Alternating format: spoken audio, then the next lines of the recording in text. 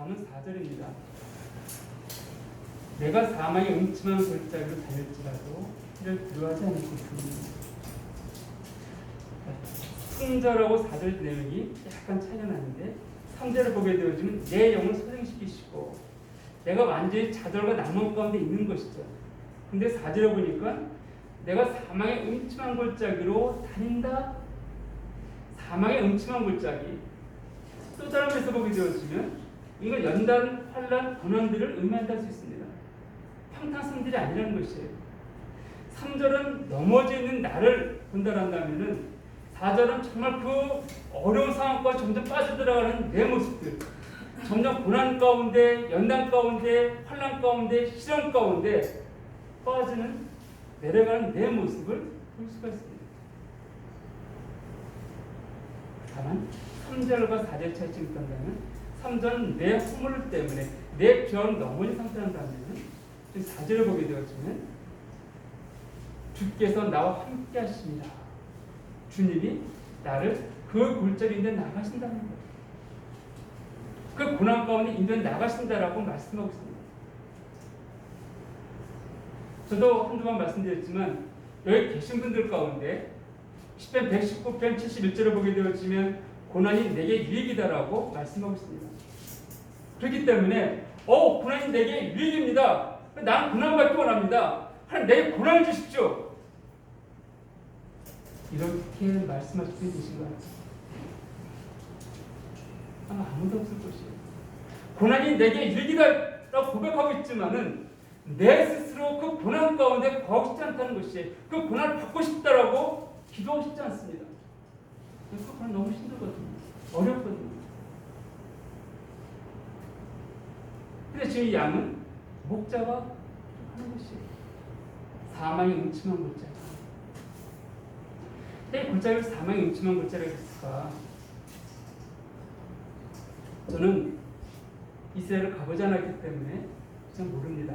그런데 갔다 오신 분들의 말이라든지 그 책을 보게 되어지면 이 이스라엘 골짜기는요 동해에서 서로 나 있다고 하는 골짜기가요. 그러니까 해가 뜨게 되어지면 동쪽에 떠갖고 남쪽으로 거쳐서 서투러지게 되어지죠.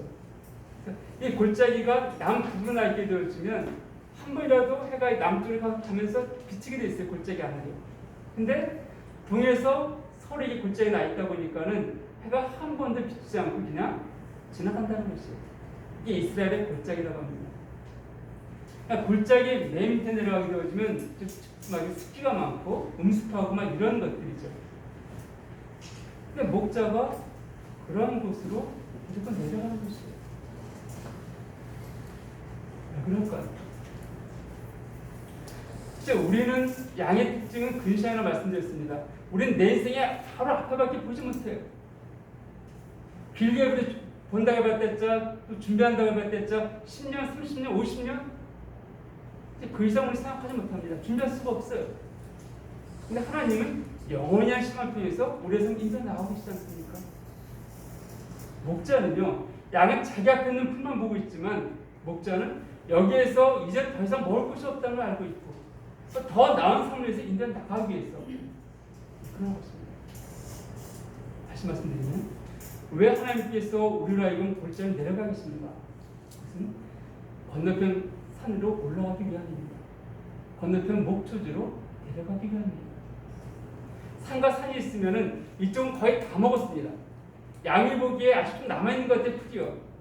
그러나 그걸 다 먹고 내려가게 되어지면 양들은 그냥 놔두면은요 풀뿌리까지 먹는다고 합니다. 그래서 목적 황폐화시킨다는 거예요. 양을 적당하게 관리하게 되어지면 황폐한 목초지가 아주 기름진 목장을 변할 수 있지만은 그냥 놔두면은 풀뿌리가 다 파먹는 게 양이라는 거예요. 그래서 우리가 몽골의 그 사막 깊이 늘어나는 것이 목초가 때문에 그러거든요. 양들 그 다음에 밥 먹으니까 풀뿌리까지 다 먹으니까. 그래서 목자가 보기에 이 정도만 먹었으면은 내년에 그 목초지를 위해서 양들 데리고 더 좋은 곳으로 인도에 나가기 원하십니다. 예수님께서도 요한복음 10장에 보게 되었으면 나는 선한 목자다. 양을 생명을 얻게 하고 더 품성이 얻게 하기 위함이라고 말씀하셨습니다. 내가 온 것은 더 품성이 얻게 하기 위해서. 그러니까 그 목자이신 하나님께서 보시기에 건너편 목장이 더 푸릅니다. 지금 건너가야 될 때. 그래서 데리고 내려가십니다. 우리가 보기에 지금 내가 만족합니다. 마치 베드로가 베나사에서 주님을 만났습니다. 모세 엘리야도 보았어요. 고백하죠. 주 여기가 내가 만족하오니 여기 초막 셋을 질 때 주님과 모세 엘리야 시킨다이다. 그때 뭐라 말씀하십니까? 내려가자. 그 말씀하시잖아요. 지금 내 삶의 환경들이 만족할 수 있습니다. 나 이 정도 만족해야 합니다. 난 충분합니다, 주님. 라고 할지 모르지만 하나님 보시기에는 더 풍성한 삶들이 예비되어 있는 거예요. 더 나은 삶들이 예비되어 있습니다. 그러니까 그런 삶들로 인도에 가기 위해서 우리를 골짜기로 잠깐 내려가게 하십니다. 두 번째로 왜 골짜기로 가는 것입니까?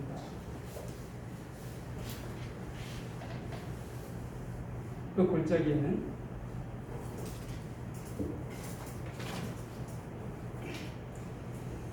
그 산 건너편 산에 올라가기 위해서 목초지를 가기 위해서 그 길이 가장 안전하고 빠르고 편한 길이기 때문에 그렇습니다. 양들이 보기에는 좁은 길로 보여요. 그럼 목자가 보기에 그것을 가장 잘 아는 목자가 보기에 그 길이 가장 안전하고 편한 길입니다. 내 인생 가운데 내가 보기에는 이 길이 아니라 저 길이 더 나아 보입니다. 더 편한 길 같고 큰 길 같고 안전해 보여요. 그러나 하나님 보시기에 이 산들이 이 길이 가장 안전하고 가장 편안하고 가장 빠르게 목자에 올라선 길이기 때문에 인도에 나가시는 거예요. 그분의 생각과 우리 생각도 일치하지 않습니다. 내 생각, 너의 생각과 다르다고 지금 말씀하고 있잖아요. 양은 여기서 그냥 머무르고 싶다 할지라도 저 길로 가고 싶다 할지라도 그 길로 가게 되어지면 만나는 것은 절벽입니다. 절벽을 양이 올라갈 수 있나요? 사냥들은 모르지만 양들은 올라갈 수가 없습니다. 다시 돌아와야 돼요. 우리가 주의 뜻에 순종하지 아니하고 내 뜻대로 고집대로 나아가지만은 결국은 어떻게 하니까 다시 돌아와야 됩니다. 하나님 인도해서 돌아와야 된다는 것이죠. 저 역시도 그런 경험들이 여러 번 있지만 그분께서 보이시는 그 길, 인도에서 그 길이 즉 가장 안전한 빠른 길인 것을 고백하게 됩니다. 그 세 번째로는 그 골짜기에 내려가서 골짜기 따라 올라갈 때 양은 시원한 물과 그리고 목초를 풀을 얻을 수가 있습니다. 양들이 목장에서 풀을 먹고 물을 마십니다. 근데 그때는 너무 당연시 여기는 것들이에요. 풀들이 많이 있고 목장이 편하니까 우물이 있으니까는 물에 주어지니까는 너무 당연시 여기면서 이제 감사할 줄 모를 때가 있습니다.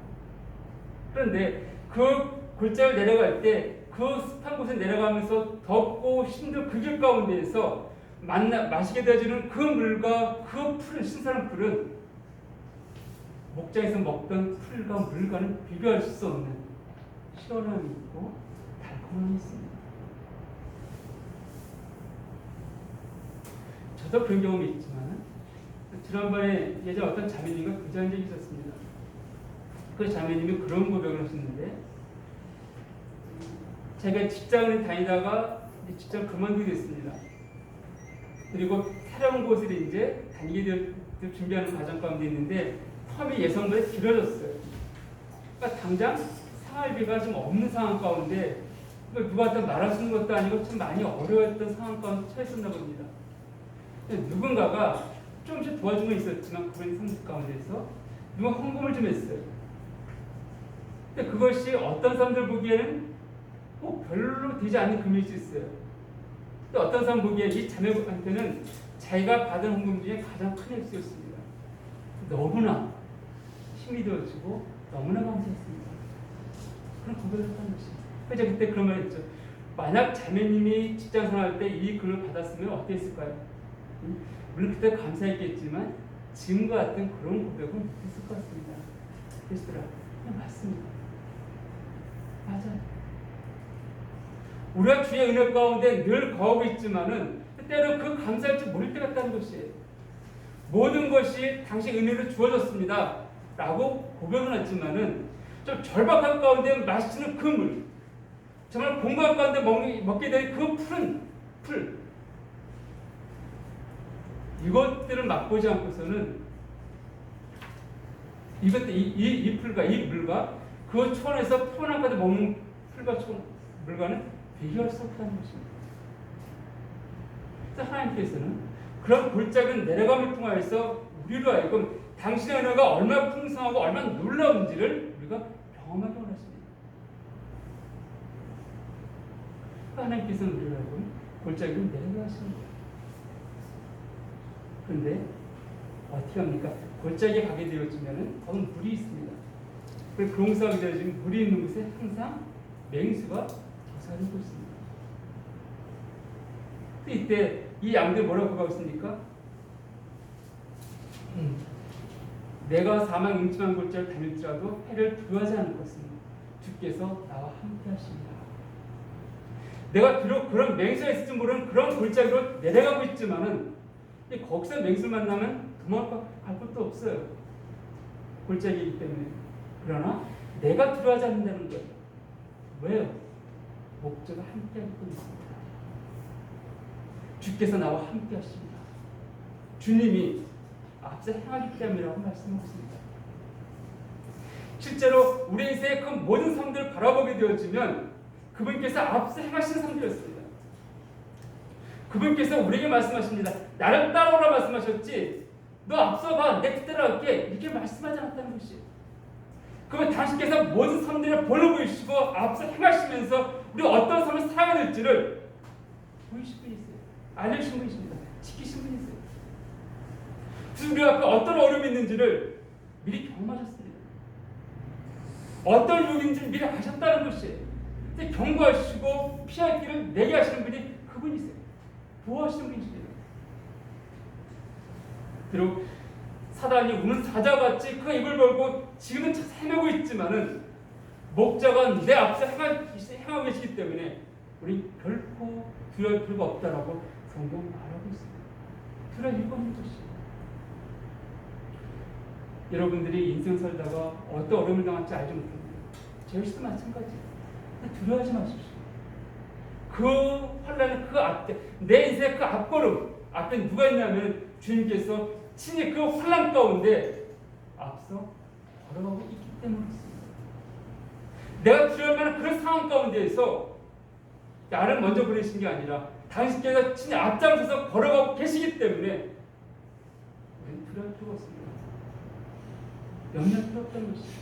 해를 두려워하지 않을 것은 주께서 함께 하시던 것입니다. 우리 그 시간 통하여서 목자는 더 치밀한 관계.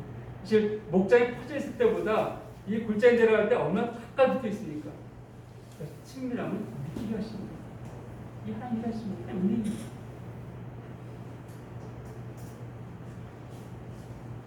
근데 하나님께서 우리를 인도하실 때 무엇에 인도하시는가?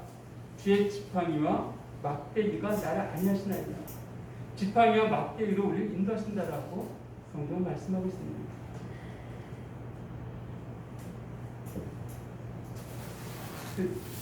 제가 한동안 말씀드렸지만 성경은 하나님의 영광을 기록되어 있기 때문에 그 순서라든지 이런 것들에 의미들이 있습니다. 교훈들이 있어요. 제가 예전에 이 말씀 볼 때 주의 지팡이와 막대기가 나를 안위하시나이다. 즉 지팡이 역할은요 우리를 인도하고 우리를 위로하고 이런 역할을 하고 있습니다. 그래서 아까 베드로에도 말씀드렸지만은 나를 그분께서 먼저 어려운 상황 가운데 있을 때 책망의 징계 이런 것보다는 먼저 보호하시고 위로하시고 그래 지팡이가 먼저 나오는 것이 맞죠. 이제 지팡이와 막대기 구분하면은요 막대는 한 50, 60cm 되어지는 거예요. 끝이 뭉툭하고 딱딱합니다. 그래서 이거 갖고서 이제 곤봉사 하시는 분들 텐데 이거 갖고서 혹시 냉수 같은 것이 있으면은 던지면은요 사람 머리를 치게 되어지면 이런 기분 같고 딱딱한 나무이기 때문에 사람이 제대로 맞으면 사람이 죽을 수도 있습니다. 딱딱하거든요. 그러니까 이거 짐승에게 던지게 되어지면은 한 대 맞으면 뭐 도망갈 수밖에 없는 이게 막대기입니다.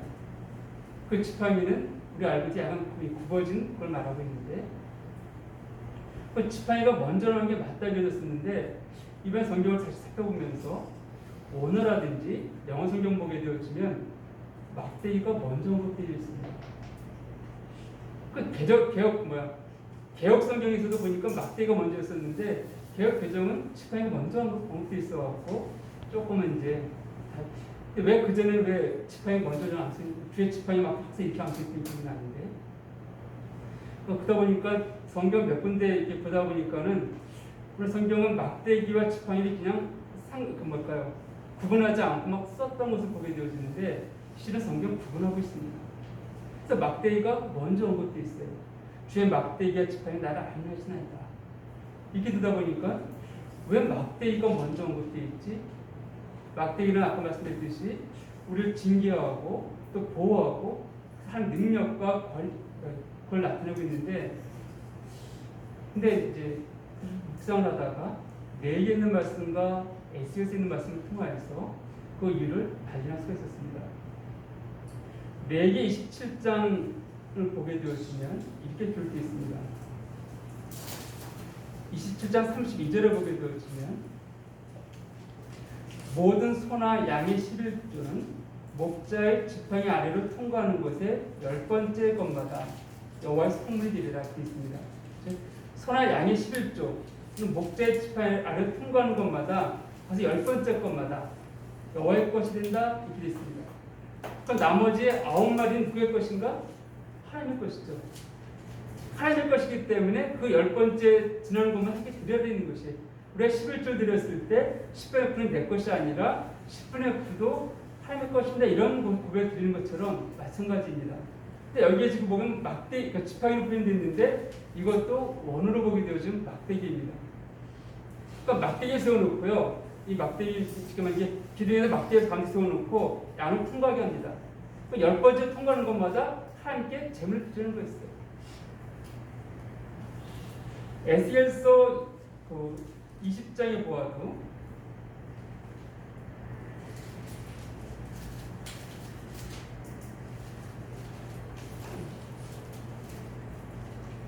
(20장 37절을) 보게 되어지면 내가 너희를 막대기 아래로 지나가게 하며 언약의 줄을 매려낼 수 있습니다. 그러니까 내가 너희를 막대기 아래로 지나가게 하고 그냥 언약의 줄 그럼 낸다는 것이에요. 너희 내 것이라는 것을 내 수요를 확실히 하시겠다라고 말씀하고 있습니다. 그러니까 이 막대기가 먼저 언급되어진 것은 이 양이 하나님께 속했다는 것을 나타내기 위한 것이에요. 하나님께서 우리가 당시에 속한 자라는 것을 나타내기 위해서 먼저 막대기를 언급하고 있습니다. 내가 하나님께 속했기 때문에 날 지키시고 보호하시고 인도하신다는 거예요. 그래서 이 막대기 역할이 무엇이 있는가? 몇 개에서 말씀까지 설명드렸지만은 이 양들을 보게 되어지면 방목되어 있기 때문에 그 짐승들 맹수가 가끔 양이 올 때가 있는데 목자와 거리가 좀 떨어져 있을 때가 있습니다. 그때 목자는 이 그 막대기를 던져갖고서 그 짐승을 맞춥니다. 그러면 아주 세게 맞지 않았다 할지라도 이 짐승은 생각하지 않았는데 갑자기 공격을 받게 되어지면 본능적으로 피해 도망가게 돼 있어요. 그러니까 이 양들을 보호하기 위해서 이 막대기가 사용되어졌습니다. 두 번째로는 이 양들을 또 풀어 기르다 보면은 양이 순종적인 짐승이 아닙니다. 불순종이에요. 툭 하면은 물타기 밖으로 나가려고 하고 있고 막 이럴 때가 있습니다. 그때 바로 이 목자가 그 막대를 던집니다. 그래서 짐승들은 얼굴을 맞추지만 양들은 엉덩이를 맞춘다고 합니다. 되게 아프죠. 팔짝 뛰면서 행동들을 멈추고 원래 돌아온다고 합니다. 그러니까 우리가 우리 사람들이 주 앞에 합당치 않을 때 징계하기 위해서 이 막대기가 사용되기도 합니다. 또 있습니다. 하나님께 유월절 양을 바칠 때 흠있고 점있는 양을 바칠 수가 없습니다.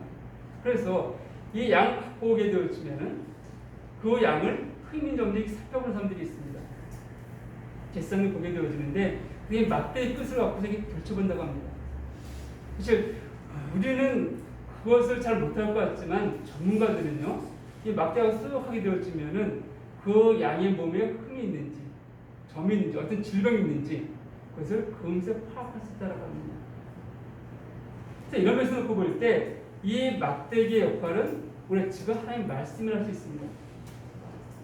시편 139편 23절과 24절을 보게 되면 139편 23절과 24절 읽어드리면 하나님이여 나를 살피사 내 마음을 아시며 나를 시험하사 내 뜻을 아옵소서. 내게 무슨 악한 행위가 있나 보시고 나를 영원한 길로 인도하소서 되어 있는데 바로 하나님 말씀을 통하여서 때로 우리는 악한 자의 공격으로부터 우리를 지키게 되어지고 보호하게 되어지고요. 또 우리가 하나님 말씀에 어긋나 있을 때 주의 말씀을 통하여 책망을 받게 되어지고 또 그 말씀을 통하여서 내 마음이 어떠한지 우리는 살펴보게 되어집니다. 이 말씀을 통해 우리가 하나님 자녀랑 확실히 갖게 되어지죠. 이 말씀은 막대기 같다 할 수 있습니다. 그럼 지팡이의 역할은 무엇인가? 이 지팡이는 양을 보살필 때 사용되어지는데 양들 가운데 이 목자가 좀 다가가면은 좀 피하는 양들이 있습니다. 이게 좀 습기가 없다랄까요? 그 양을 좀 친해지고 싶은데 보면 괜히 피해.